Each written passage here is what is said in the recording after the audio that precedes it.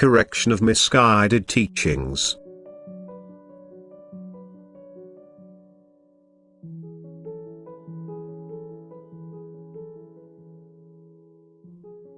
Truth does not remain pure once it is spread amongst imperfect humanity, which I had foreseen, and therefore spoke the words, "I will guide you into truth," although merely a firm will would suffice to keep it pure. But people do not muster this will, and especially divine gifts will be devalued by the adversary's influence. It can always be safely assumed that my revelations will not remain unchanged either, especially when worldly interests are involved, when people do not exclusively serve these revelations with the firm intention to protect them against adverse influences. And thus my pure word can be sent to earth time and again. It will not remain pure, because there are too few spiritual helpers, and if my divine word gets into the hands of worldly-minded people, it can be expected to be contaminated again. Therefore it is always necessary to convey the pure truth to earth again.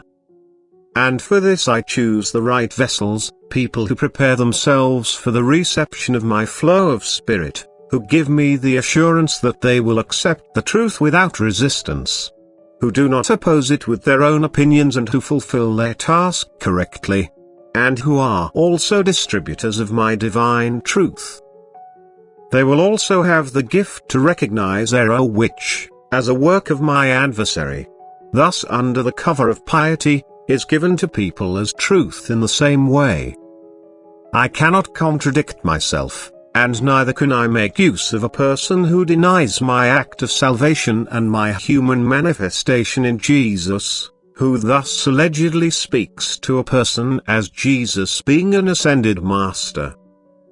A misguided doctrine is being fostered in all these human beings, which does not correspond to my divine teaching. But my chosen vessel recognizes all correlations and cannot be deceived.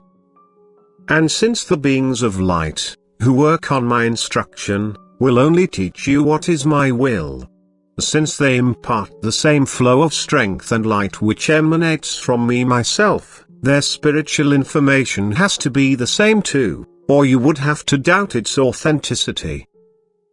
I will always and forever expound the divine teaching of love, as I did on earth, and explain to people the consequences of a life of love as well as the disadvantages of non-compliance with my commandments, because this is the meaning and purpose of earthly life after all. And time and again you will be told about the cause of your earthly existence. The knowledge of all correlations is all-inclusive and explains everything. You will recognize therein my love, wisdom and might, and will be able to strive towards a unity with me.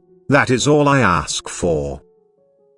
The fact that my pure word was repeatedly spoiled forces me to repeatedly pronounce my will too. Yet its truth is guaranteed as long as I can still use a vessel serving me voluntarily, and as long as servants assist me to spread the pure truth.